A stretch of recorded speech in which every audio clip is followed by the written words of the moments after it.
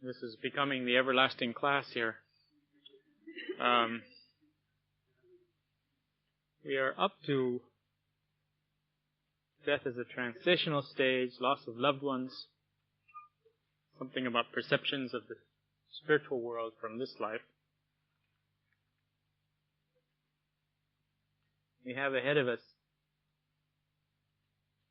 passage to the next life, the moment of death, the soul's account for its actions, God's mercy and God's justice. Some interesting subjects there. And then there's the nature of the invisible realm, which is over all of our heads, but we'll read what we can about it. Tonight we start with the attitude that we should have when we suffer the loss of our loved ones. First of all,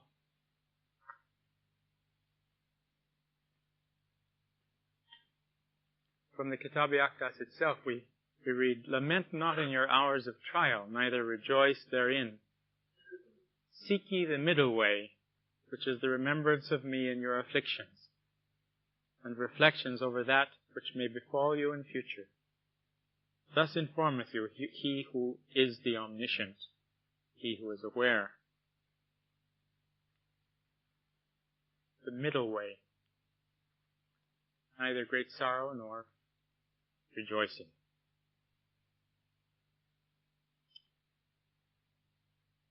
To a woman who has just lost her husband, Abdu'l-Baha writes in a tablet, "Be not grieved at the death of thy respected husband. He hath verily attained the meeting of his Lord at the seat of truth in the presence of the potent King. Do not suppose that thou hast lost him. The veil shall be lifted, and thou shalt behold his face, illumined in the supreme concourse. Just as God the Exalted hath said, Him will we surely quicken to a happy life." This is a promise evidently from the Quran. There's no footnote to it. And then he says, "Supreme importance should be attached, therefore, not to this first creation, but rather to the future life."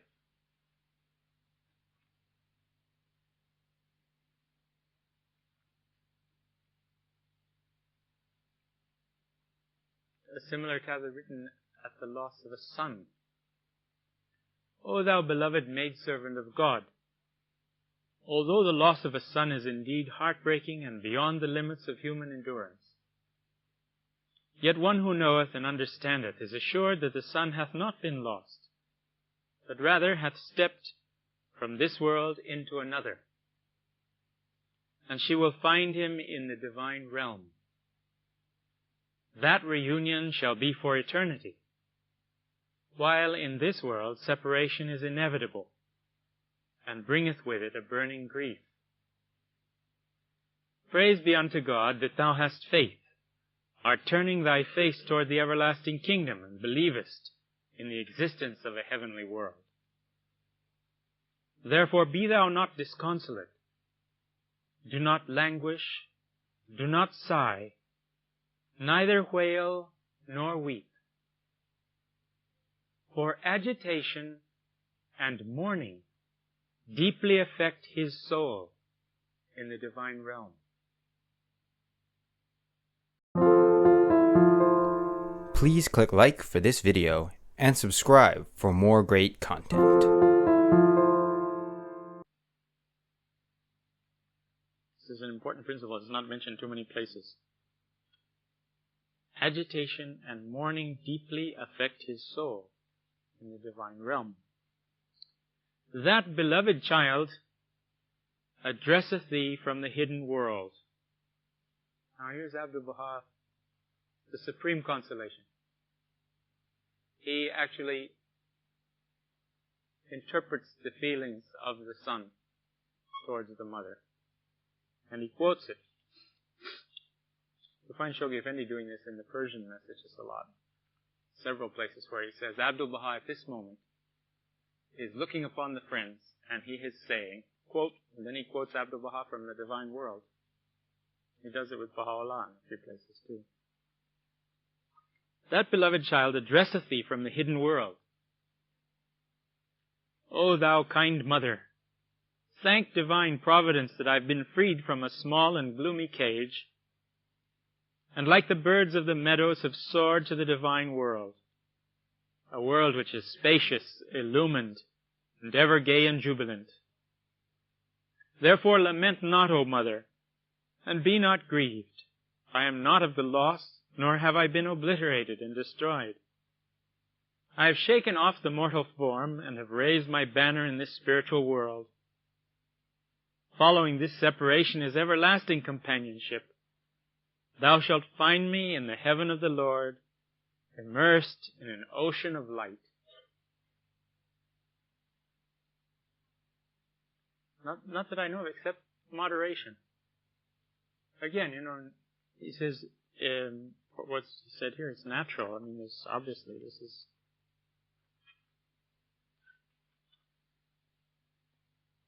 heartbreaking and beyond the limits of human endurance to lose, for instance, a child. But at the same time, one has to make efforts to pray to overcome the grief. You go with it, you're not suppressing it, but you don't play it out. I think this is what I understand. I mean, there are some cultures where it's required to play it out, where you must grieve and show your grief publicly over and over again. If you don't, immediately people start tongue-wagging and saying, look at this. It's just 2 weeks. The husband died. Now she's happy in the street. What's this? They don't let anybody come out of a period of mourning, But Baha'u'llah, I think, is moving us to a balance in that. Naturally, we'll have, I think, Baha'is that have lost loved ones and have this consolation, have the feeling for it. They will grieve, but they won't grieve prolonged grief.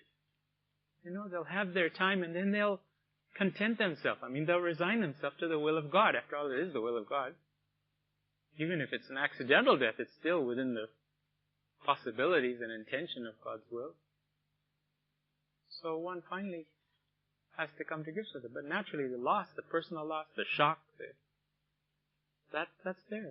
It's not to be hidden away, but at the same time, one wants to be poised and calm and resigned to God's will. I think this is the balance.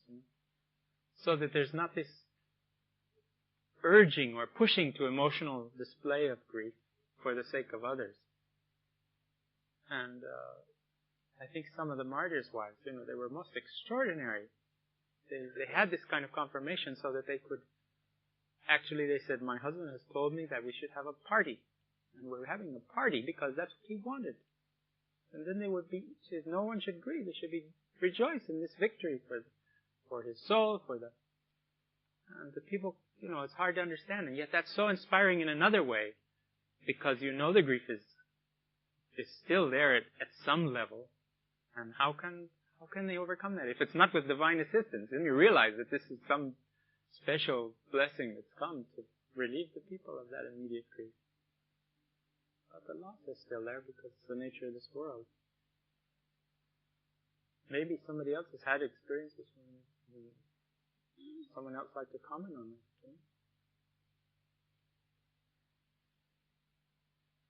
Have a few more questions, please. Yes.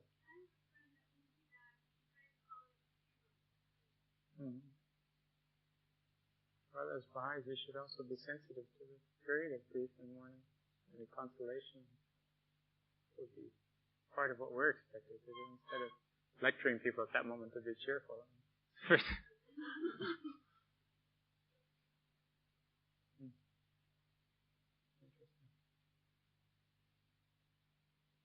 Any others?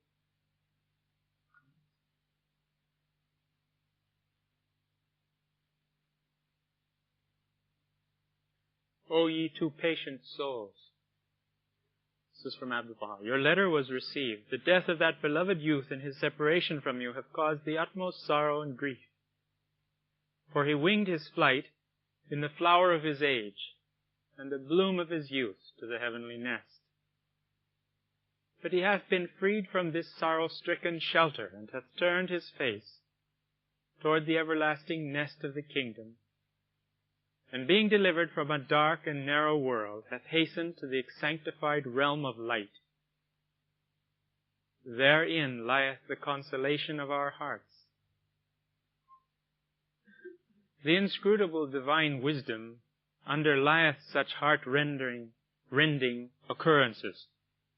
It is as if a kind gardener transferreth a fresh and tender shrub from a confined place to a wide open area. This transfer is not the cause of the withering, the lessening, or the destruction of that shrub. Nay, on the contrary, it maketh it to grow and thrive, acquire freshness and delicacy, become green and bear fruit. This hidden secret is well known to the gardener. But those souls who are unaware of this bounty suppose that the gardener in his anger and wrath hath uprooted the shrub. Yet to those who are aware, this concealed fact is manifest, and this predestined decree is considered a bounty. Do not feel grieved or disconsolate, therefore, at the ascension of that bird of faithfulness. Nay, under all circumstances, pray for that youth, supplicating for him forgiveness and the elevation of his station. I hope that ye will attain the utmost patience, composure, and resignation, and I entreat and implore at the threshold of oneness, begging for forgiveness and pardon. My hope from the infinite bounties of God is that he may shelter this dove of the garden of faith and cause him to abide on the branch of the supreme concourse, that he may sing in the best of melodies the praise and glorification of the Lord of names and attributes.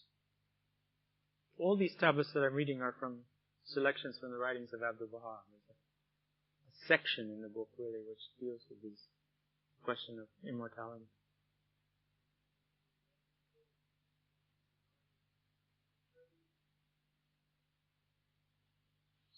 They're all Abdu'l-Bahá that I've read so far. Yes, this is translated by the Guardian of Selections from the Writings of Abdu'l-Bahá. Page 201 is about the son that has been lost and addressing from the other world.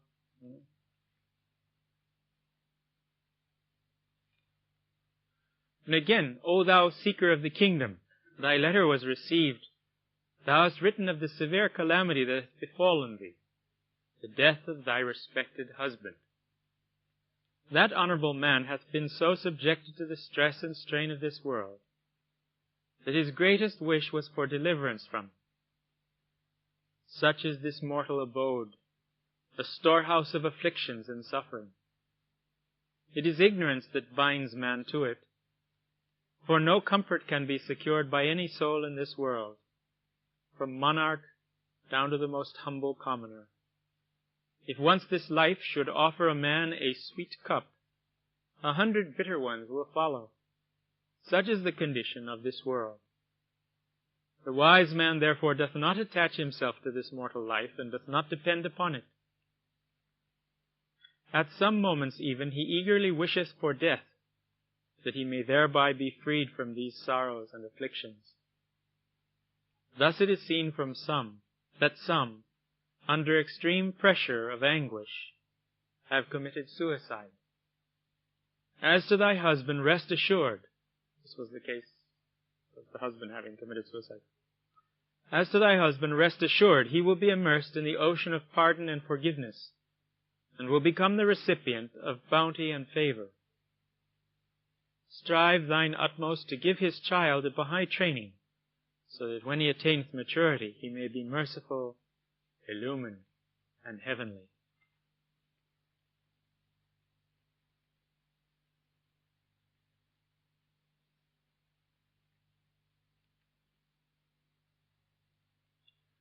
Be not sorrowful on account of the departure of thy good son. He hath indeed departed from this narrow and gloomy world, which is darkened by unlimited sorrow, unto the kingdom which is spacious, illumined, joyous, and beautiful. God delivered him from this dark well, and promoted him unto the supreme height.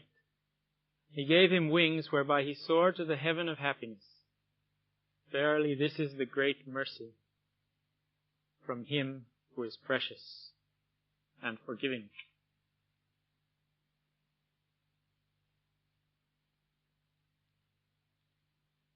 These are really just a sampling of, as you can imagine, how many Baha'is wrote Abdu'l-Baha about the death of their loved ones. Do not grieve on account of the death of thy son, neither sigh nor lament. That nightingale soared up to the divine rose garden. That drop returned to the most great ocean of truth. That foreigner hastened to his native abode. That ill one found salvation and eternal life. Why shouldst thou be sad and heartbroken? This separation is temporal. This remoteness and sorrow is counted only by days. Thou shalt find him in the kingdom of God, and thou wilt attain to the everlasting reunion.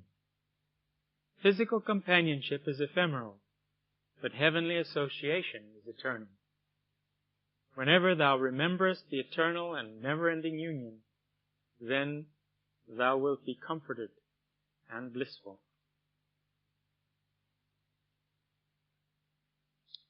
Again, be not grieved at the death of thy dear daughter. That divine bird flew away to the rose garden of the merciful, and that plant of humanity hastened to the garden of the kingdom of El-Abha. That drop returned to the most great sea, and that ray betook herself to the most great orb.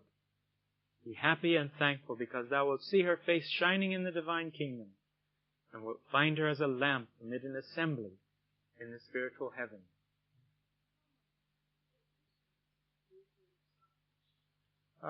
These are very specific to these people, but also they reveal certain facts about the nature of the next world in a very specific way. And then we have others that talk in general about how that world is so much better than this world, just generally, that unless people are wicked or something particular, they have to have a time of gradually becoming illumined. This is very similar to the condition of this. I think if we checked on the investigation of this, you'd find, for instance, the son, he speaks about that son and he prays for his forgiveness and pardon and so on. Obviously, probably was like a lot of people's children. It's an ordinary kid who got in trouble or something. Who knows what happened? You can't tell the circumstances, but there's enough of them and they all have the same tone that you think, well, either all these were saints and that was the only ones he wrote to, or they were people, with similar character to the rest of us.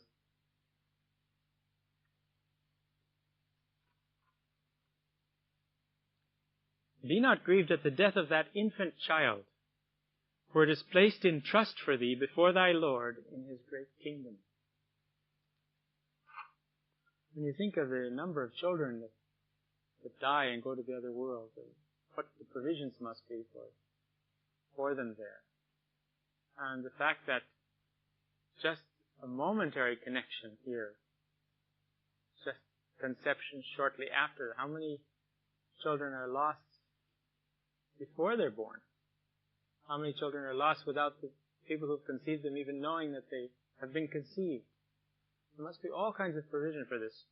It makes me think that surely the majority of souls go before birth and at least before growing up the way we have. So we must be a very select group. I don't know whether we're not supposed to go so soon or what our special qualifications are, but it seems that we're the exception rather than the rule when you think of it.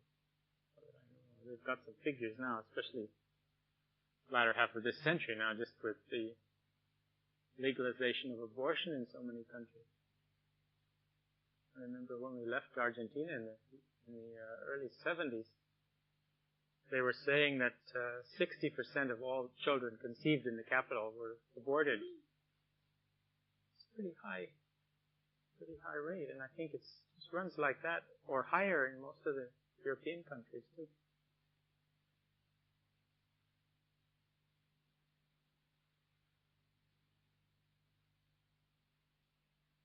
Mrs.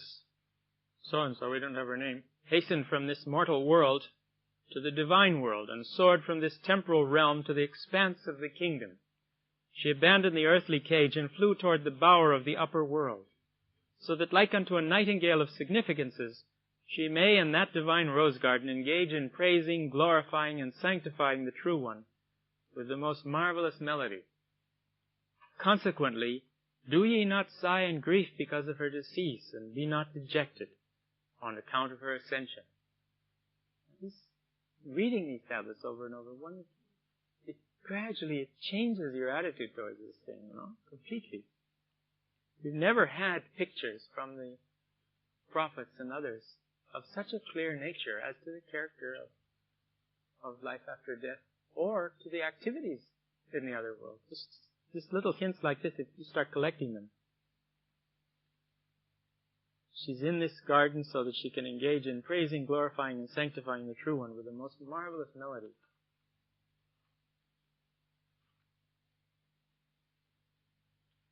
This is a tablet to someone who'd lost their daughter. In this great catastrophe, the eyes are weeping and the hearts are burning, because that incomparable plant was growing and developing with infinite joy and fragrance in the garden of the love of God. She was stirred into cheerfulness by the wafting of the breeze of providence. Day by day she was progressing, and she was at all times the cause of the consolation of the hearts of the friends.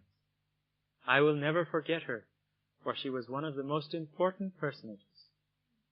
But it was destined that she might become free from this material world, the world of physical sufferings and tribulations, and hasten toward the heavenly universe, so that through the showers of the cloud of grace she may obtain the utmost freshness and infinite delicacy and yield luscious fruits.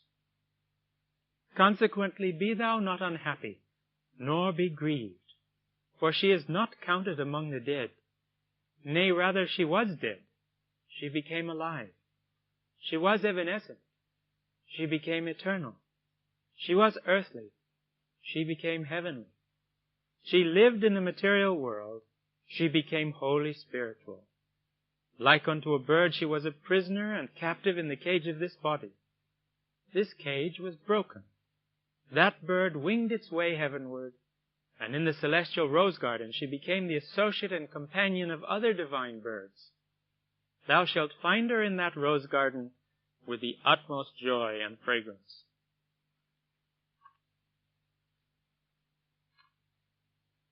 One of the friends was visiting with the Master in the Holy Land, and of course Abdu'l-Baha was always talking about teaching, encouraging so much. Something over 50% of the tablets are related to encouraging the friends to teach the cause. And we all have to be involved in inspiring each other and encouraging each other to do that, because the change and progress of the world is much dependent on the diffusion of the faith. And this person asked Abdu'l-Baha about teaching the faith. How could they teach the faith more effectively? And Abdu'l-Baha responded, it's not exact words, but the idea of what he said, saying that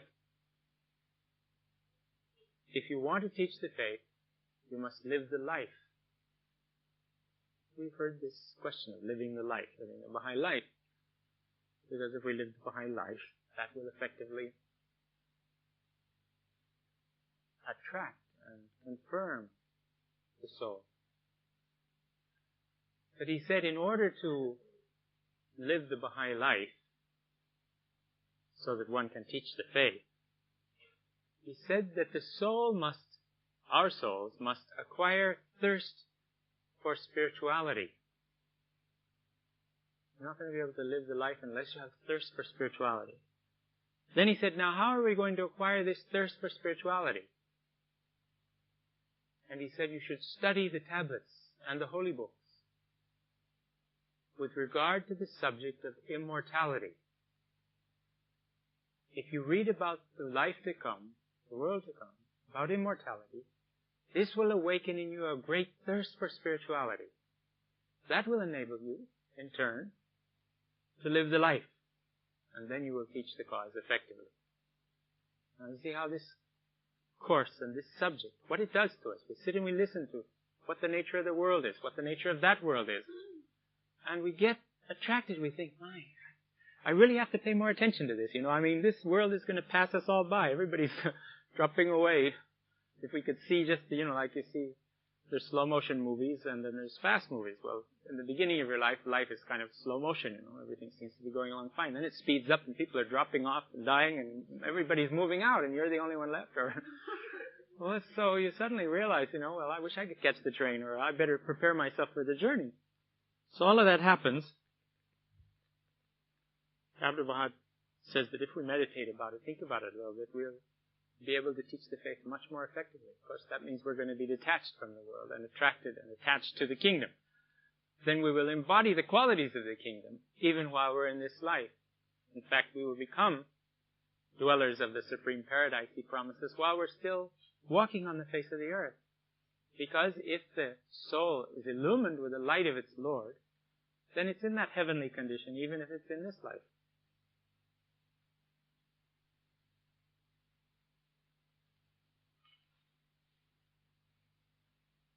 Referring to the contents of a letter that the Master received, he says, this has occasioned infinite grief, for it spoke of the ascension of that illumined youth. Indeed, in the rose garden of God, that young man was like unto a shrub in its utmost freshness and promising good fruits. Whoever has seen him or heard him has undoubtedly been shocked and grieved at the news of his passing away. However, although that peerless shrub has sought separation from the woods of the nether world, yet it has appeared fully adorned and resplendent in the rose garden of the world on high, in the Abha paradise. That divine bird has flown away from this mortal earthly nest, has ascended to the kingdom of God, and has been engaged in singing the sweet melodies of praise and thanksgiving on the lordly branches in the rose garden of the merciful. Happy is he, and blessed is his abode. He has reaped the result of life, and has become a fruitful tree. Grieve not therefore for his death, and be not depressed.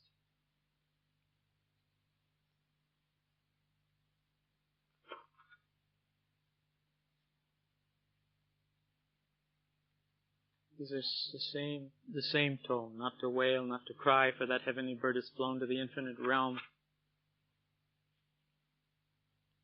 Verily, Mr. So-and-so has attained to the meeting of his Lord in the kingdom of Abha, and he is saying, quote, I wish my people knew how my Lord has forgiven me and made me the sign of mercy in the world of light. So-and-so who's passed away addresses you from the hidden kingdom as follows. O ye friends of God, be not grieved because of my separation, for I am abiding in a realm wherein all my wishes are realized.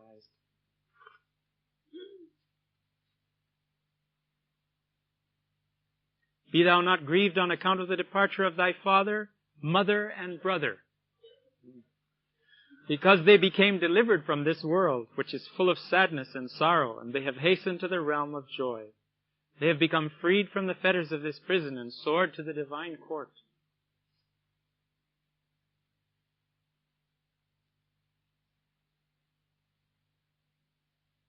That wanderer, referring to, again, the death of someone, has ascended to his original abode.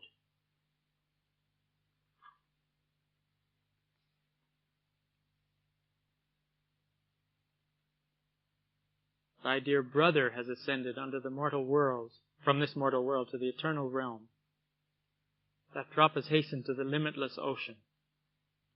Thou shalt find him at the effulgent gathering in the kingdom of mysteries. Over and over he promises this thing. This luminous gathering, spiritual assemblages. Yes. I think that there is that connection. I haven't seen any confirmation in the writings except that our children, we will recognize them in the next world. And it talks about what we owe to our parents who have set us on the journey of eternal existence. Sometimes someone will complain to the guardians, I want to contact my father because of this and that. And we'll just point out it's those two souls that have given you existence. Wouldn't have it otherwise. So there's always something due, even if they haven't served us as we think a mother or father should be, or as the world thinks it should be. There is that connection. And I should think that wouldn't be lost at all in the next world. It says that we will recognize our children. Now about the prenatal ones, I don't know, but it's an interesting prospect. Especially when the little ones now grown come and greet with full of love, greet their parents and ask why it was that they aborted them. What caused you to, that's worth thinking a couple of... Oh,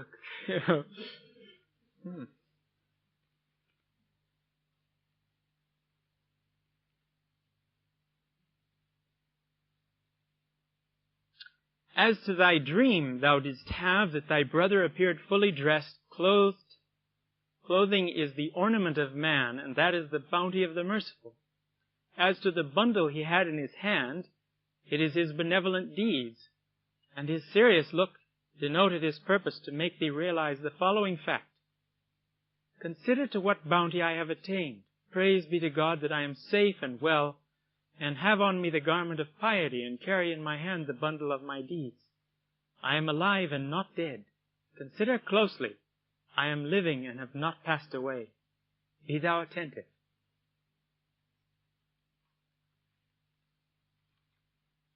Claire Gung was pioneering in Africa. When I was visiting in Kenya, she was recovering from a broken limb and was pretty much confined to bed. But she said that she had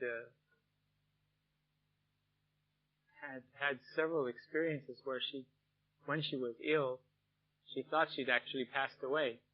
And she'd be there for a little while and see things of the kingdom, and then she'd come back again. It kind of gives you this very uneasy feeling, like, she started to recount a few of these things, and it puts your hair on end, or not from fright, but just from excitement, that how you just feel that they've seen this. These souls sometimes have seen things.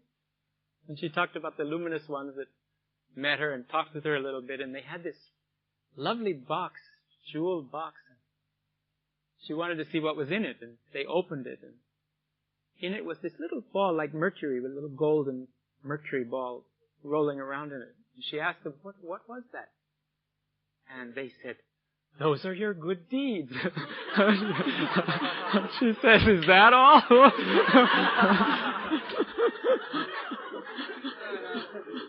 She said, they seemed pleased enough, but to me it looked like very little to go on. She said, then she kind of just confined, she was quite elderly at this stage, she kind of faded out, and she said, oh, it was wonderful there, she said, because you could walk into the rivers, the most beautiful rivers, and they had the most beautiful things in them, and you didn't need to worry. You just walked down into the water, under the water, and you could walk along the bottom of the rivers and look at everything, and all these scenes are so beautiful. You keep raving about the countryside and the landscapes and all the... Then they said I had to come back. Interesting experiences. I don't know, I guess she came back determined to put something more in it. I think that, I don't know what we can say about that, except I'm sure that the next world is as real for them as it is for the others. You can interpret that the way you want. Bahá'í says, that some souls on their death will shake, will tremble with fright. And indeed, you see, sometimes you hear about people. If you live in villages, you tend to hear more than you do in cities. In cities, people are shut in their houses and you don't know how they died. In villages, every once in a while, a bad egg would die in Nicaragua, for example. And the whole town would kind of shake. The man who was really almost with palsy, just completely bones and been sick a long time, sleeping on a wooden cot in a little hut, really, that doesn't have any way to keep the sounds in it. At the last, there's a vigil with him. At last, he's dying. He starts to die, and he doesn't want to die. And he jumps up on the bed, He jumps up with strength that is impossible, that he could move. And starts shouting and cursing against God and cursing the next world. And everybody trembles. And then finally he just collapses and dies. It makes everybody very nervous, I mean, he obviously saw something that put him in this state. What was it? So I don't know.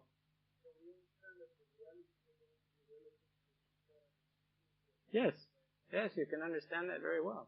Says if you're living in hell here, you'll probably have a good taste of it there. How long it will last, we don't know. But it says that heaven and hell are, in every realm of God. Earlier on, we were reading those quotations, talks about what the rewards are and what the punishments are. The punishment is to be deprived of that grace. Now, you may find that you're just living along just the way you were, and that seems all right, It says that we live in a realm that's the product of our own desires and imagination to some extent. So maybe we won't perceive it as so bad after all. Maybe it will have some element of tolerance, I think. I'm not equipped or prepared to say that we don't, because of all these quotations we have here where he says that this is the mirror image of that world. Now, it's in a much different state here. But all of these concepts, we're told by the Master, are as letters and words revealing the truths about the divine nature. So I should think that these symbols have value at every level. But the question of their density and their, what they're used for and how they're used. Abdu'l-Bahá speaks about the teaching trip of one of the Bahá'ís who was rather corpulent. He'd been off to an area teaching. You remember this thing he talks about? He said he had a dream of him and he saw him connect with roots and things were so pleasant in that place where he'd been. And the infinite variety of things, I don't think that's probably denied in any sense. Now, if it's denied, it's because there's something so much richer and more interesting than that. But the problem is if we view the next world and we empty it of landscapes, what do we fill it with? This is the question, that one has here now. Otherwise, you have, if these are the means that they've given us of understanding, if these are the signs and symbols of that, then meditating on them and believing them in that sense, not necessarily like outer physical things, but at least a spiritual counterpart. In dreams, why do you have landscapes in dreams? It's not a physical world. And yet you see all kinds of landscapes. What are they made of? So I don't know if we can say that they're not or they aren't. It seems that they'll all have different meanings, perhaps.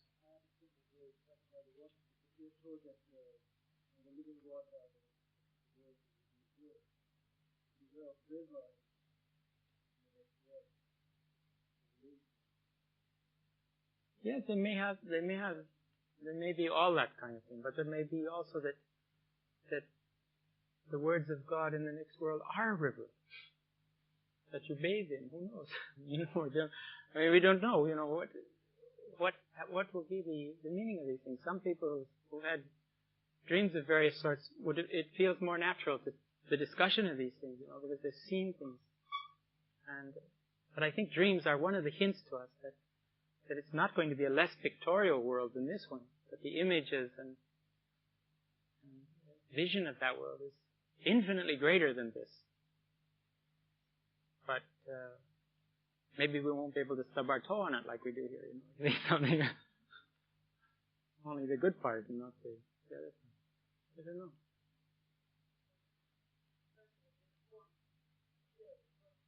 Maybe. Spiritual skydiving or something.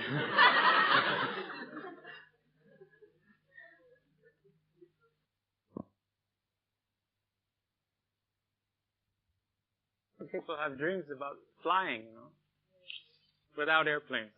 Just they're interesting kinds of. Saves money that way, yeah.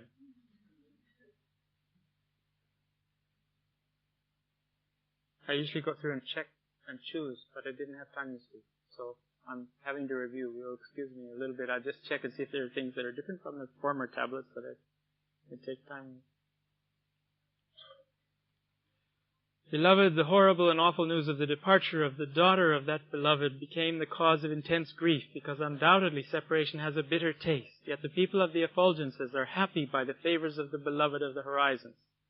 This is a rather quaint translation, isn't it? Because the Lord of the covenant has ordained eternal union and everlasting unity for his friends. Therefore this temporary separation, although it causes sorrow, yet the infinite nearness and the heavenly union is the comfort of the hearts of the afflicted.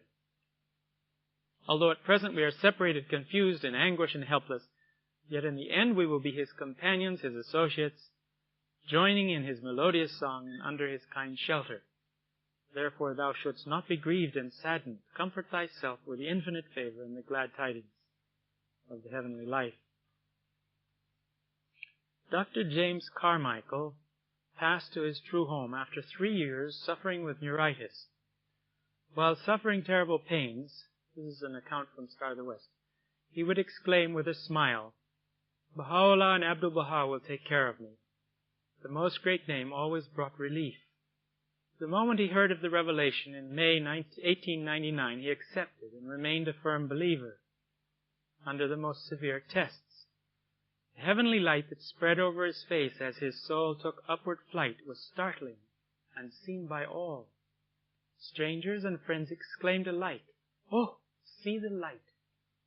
The following is an extract from a recent tablet received by Mrs. Carmichael in answer to a supplication written by her prior to Dr. Carmichael's passing. She wrote him before he passed away. Okay?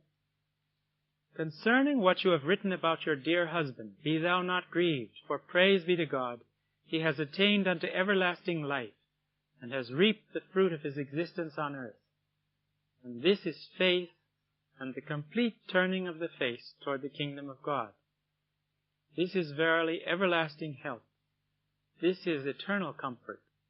This is heavenly exaltation. And this is merciful bounty."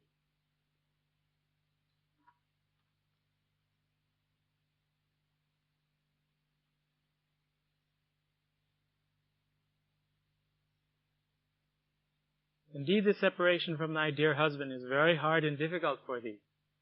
But he obtained the privilege of beholding the beauty of the Almighty. We and you will also soar to that world, and you will find his shining face visible in the heavenly realm, in the world of the kingdom. You will find eternal union with him.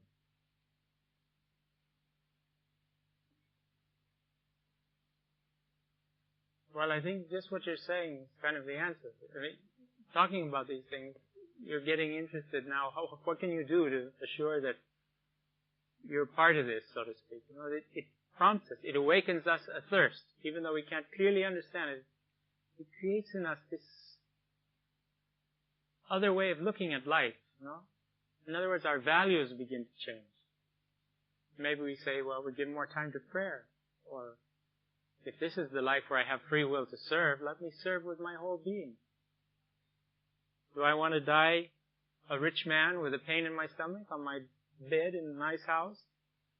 Or do I want to be off somewhere in the jungle or in the mountains, teaching a whole nation the cause of God, even if I'm hungry and don't have anything?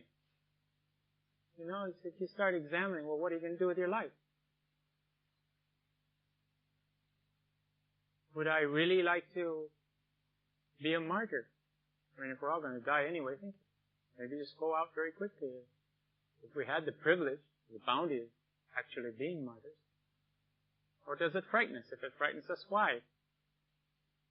If we could see how we were going to die anyway, in what conditions we would die, how much nuisance we might be to people, who knows? Everybody says, oh, I just pray that I won't be trouble for people, you know, as I'm older and get sick. That really is a trial, not only for those that take care of the sick people, but from what one understands, the sick people themselves. That is a long martyrdom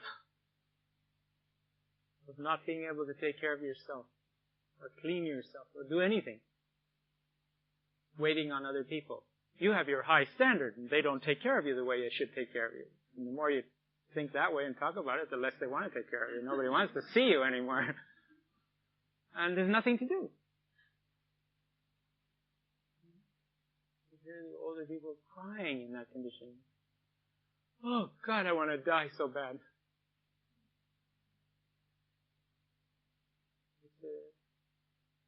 What are we doing with our lives? You know?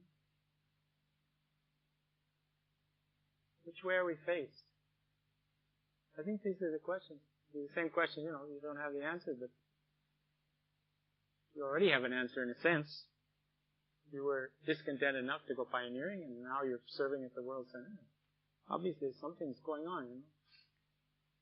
Why aren't you in the States making a good salary and providing for your future? getting a second PhD or something. Something, real, Instead of this kind of iffy religious stuff.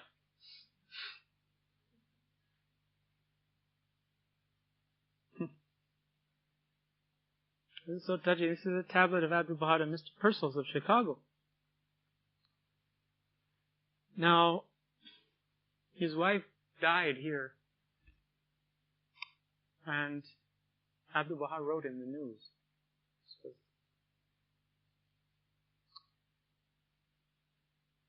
He writes, he says, O thou whose soul is tranquilized by the grace of God and by the greatest gift, verily I inform thee of that by which thy breast will be dilated with joy, thy heart will rejoice, and thy soul will be delighted in every time and moment. And it is this, that verily thy honored wife, who journeyed unto God and hastened unto the blessed spot, her heart ignited with the fire of the love of God, and her sight and gaze extended toward the kingdom of El Abha, was firm in the testament, and was overtaken by death in the land of Beirut, and is now attracted to the living one who shall never die. Verily she surrendered her life while she was in a condition wherein she was encompassed with the glad tidings of thy Lord from all directions, and her nostrils were perfumed with the fragrances of holiness from the supreme concourse. Her soul soared to the summit of sanctity, under the shelter of the mercy of thy Lord, where the concourse of the chosen ones are assembled around it in the lofty paradise, and the angels of mercy are blessing it and are speaking its praise, while their faces are smiling because of her ascension to heaven. By the life of God wert thou informed of her prosperity and of the bounty with which she is surrounded, and of the favors of thy Lord, which were her greatest desire, thou wouldst smile with joy, and thy breast would be dilated, and thou wouldst thank God for that which he hath poured upon her, that he hath adorned her with the embroidery of sanctity and purity in his all glorious, and that he hath crowned her with the diadem of the greatest gift in the supreme concourse.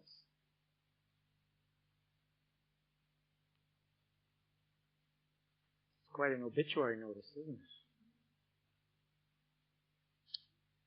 Amazing. One day in 1940,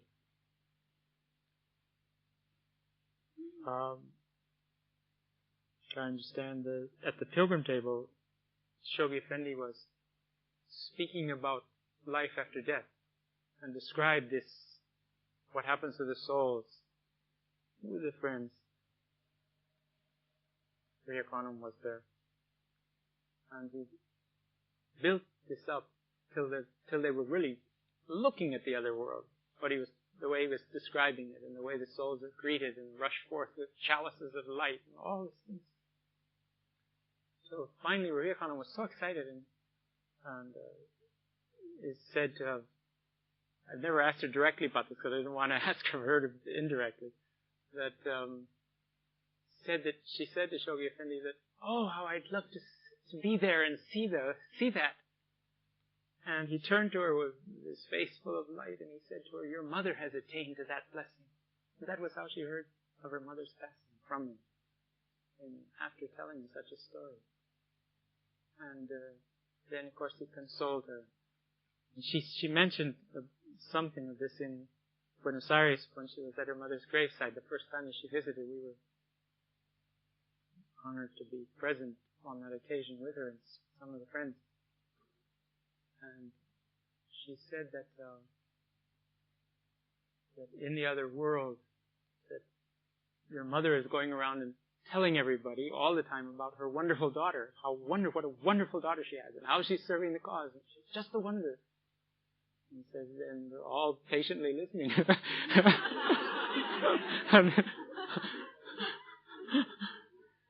But he said, if she doesn't stop this after a while, they're going to send her back.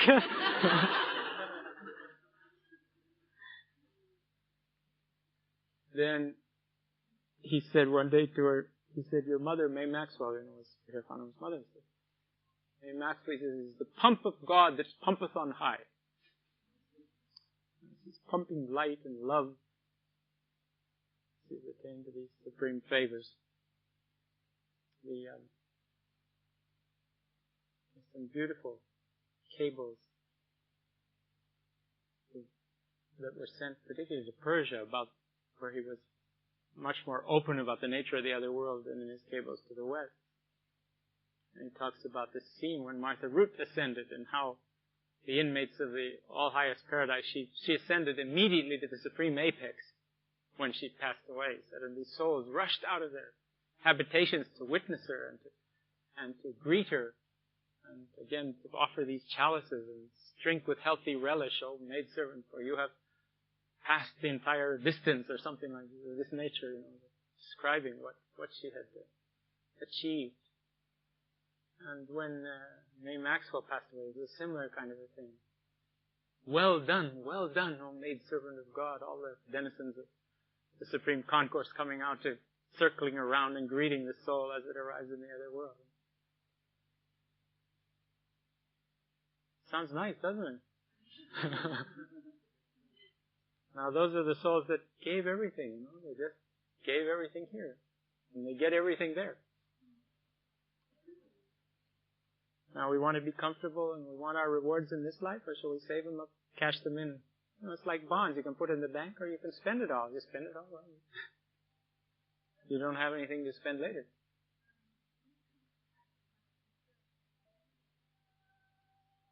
I think you have to think of your families and your loved ones, but hopefully your families, our families and our loved ones will all be interested in throwing themselves into the service and sacrifice of the faith. But one has to balance. There's still a balance there. But the understanding is greater, if we're here and if we have 5 spouses. There's always that problem. We want to go pioneering and we have 2 small children.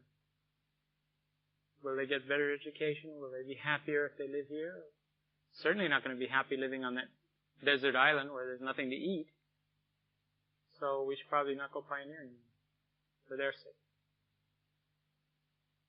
Shoghi Effendi said the children share in the rewards of the parents who pioneer. Even though their children don't always acknowledge that. And some of them even complain about how their lives were wrecked by their Bahá'í parents. It's a curious kind of thing. But I think that, in that case, then Baha'u'llah shouldn't have declared his mission because it's going to be a problem for his family. It really was a problem for his family, wasn't it?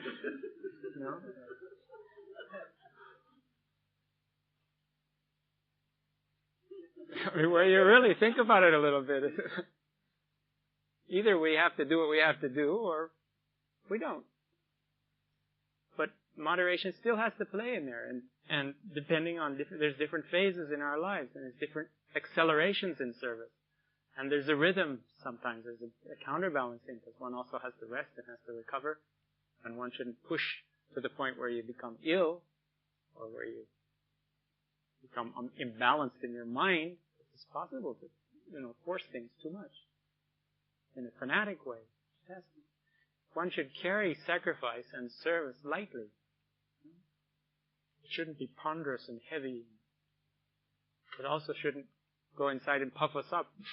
Another thing. And in service of the faith, in pioneering and teaching the cause, in any kind of service, one has to take into consideration the wishes of the spouse. And unless there's unity in the matter, then the one that's overeager, that appears that way, has to pull back. There has to be a balance.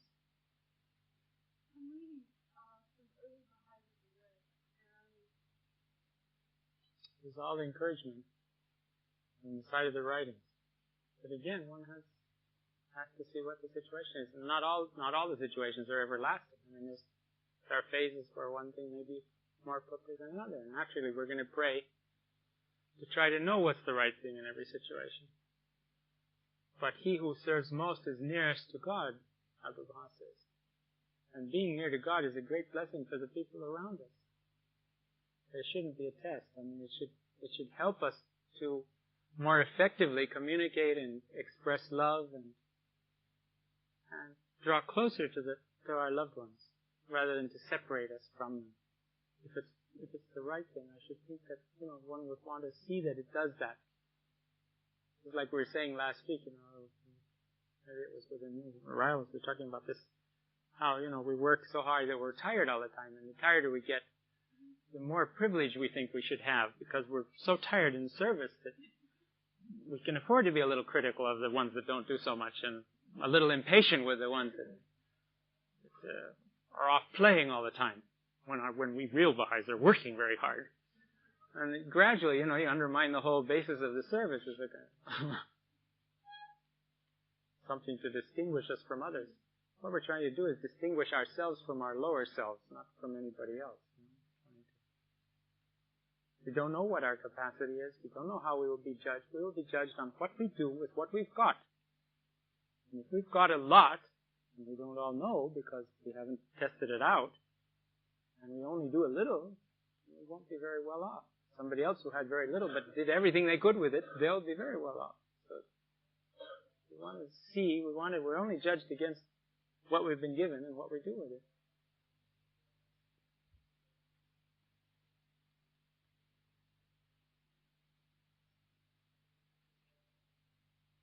About Howard Colby Ives, later on he had a very spiritual helpmate. And they traveled together, and after a while they couldn't do travel salesman work. And they used to go and open towns for the faith, stay a while to teach. And they'd oftentimes get a job washing dishes. The two of them would wash dishes in a restaurant. They liked that job because it was out of sight. They could work hard for long periods and then be able to rent a hotel room where they could greet the friends and meet their contacts and so on and do the teaching work. And they did it. I mean, this man was an educated man. He'd been the head of a large church and so on. And he spent the whole middle period of his life doing very menial labor so as to be able to teach the cause in these places. And then gradually his powers started failing. He had a nervous affliction which gave him pain in his body, a lot of pain. So finally it paralyzed much of him. He went blind so that he couldn't do the study of the cause which he loved so much. I've seen some letters that he wrote to some of the believers that he taught. It was marvelous counsel about how to study the writings and how one should apply themselves in reading the verses, and how one should acquire thirst for reading the verses, and how you should start off and give yourself a fair start at the beginning, maybe start, he said, it with 2 hours of reading of the Holy Writings a day, and then gradually build up. He said, don't start too much. And he said that he'd take his books on the trains that they traveled on, and he kept notebooks on different subjects, and he would constantly read and reread the writings. He said, and this is an ocean that we should, same as Baha'u'llah says, we should immerse ourselves in. And his wife, seeing his condition in the last years, last months and weeks of his life, was really feeling desperate about how much pain he had. And she finally, under the influence of seeing him in such intense suffering, went to another room and poured her heart out to Abdul Baha and said, "Oh, Abdul Baha, take him. How can he keep suffering like this? I can't bear to see it. Can't you take him?" And then she prayed and prayed until she became calm. Then she went back in to see Howard. And when Howard realized she was there, he said to her, "Mabel," he said, "the most wonderful thing has happened. The Master came. And he told me that if I wished, I could go.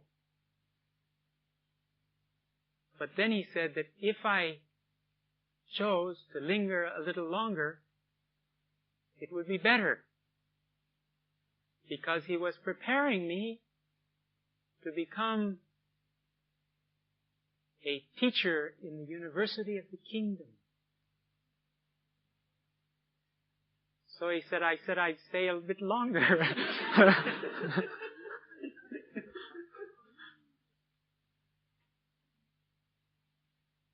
Well, he was a wonderful spiritual teacher.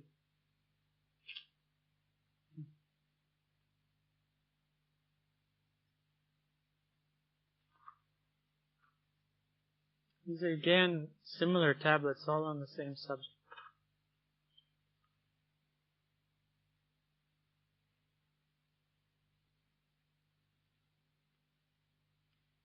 Replying to another questioner, Abdu'l-Baha said that when two people, husband and wife for instance, have been completely united in this life, their souls being as one soul, then after one of them had passed away, this union of heart and soul would remain unbroken.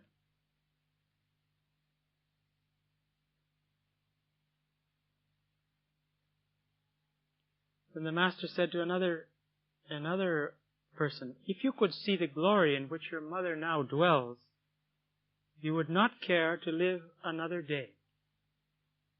You could not live if you could see.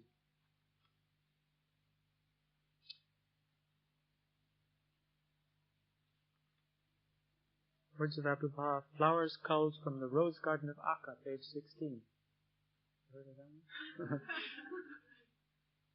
This is a letter of the Guardian, written on behalf of the Guardian. We should remember the promises we are given of the world to come, and picturing to ourselves the greater spiritual development the departed ones obtain, comfort ourselves and patiently await our reunion there. Another letter. In his tablets, Baha'u'llah says that were we able to comprehend the felicities that await us in the world to come, death would lose its sting. Nay, rather, we would welcome it as a gateway to a realm immeasurably higher and nobler than this home of suffering we call our earth. You should therefore think of their blessings and comfort yourself for your momentary separation. In time, all of us will join our departed ones and share their joys. Allah says that were we to have the proper vision to see the blessings of the other world, we would not bear to endure one more hour of existence upon the earth. The reason why we're deprived of that vision is because otherwise no one would care to remain and the whole fabric of society will be destroyed. Shoghi Effendi wishes you therefore to think of her blessings and rejoice in her happiness. Should we have true faith in the words of the prophets, we would not fear death nor feel despondent over the passing of our loved ones. Such earnest souls, when they pass out of this life, enter a state of being far nobler and more beautiful than this one. We fear it only because it is unknown to us, and we have little faith in the words of the prophets who bring a true message of certainty from that realm of the spirit. We should face death with joy, especially if our life upon this plane of existence has been full of good deeds. The mercy of God is infinite. If He promises us He is the all-merciful, why should we ever fear for the condition of a loyal and true believer when he goes to receive in the next world the outpourings of His mercy?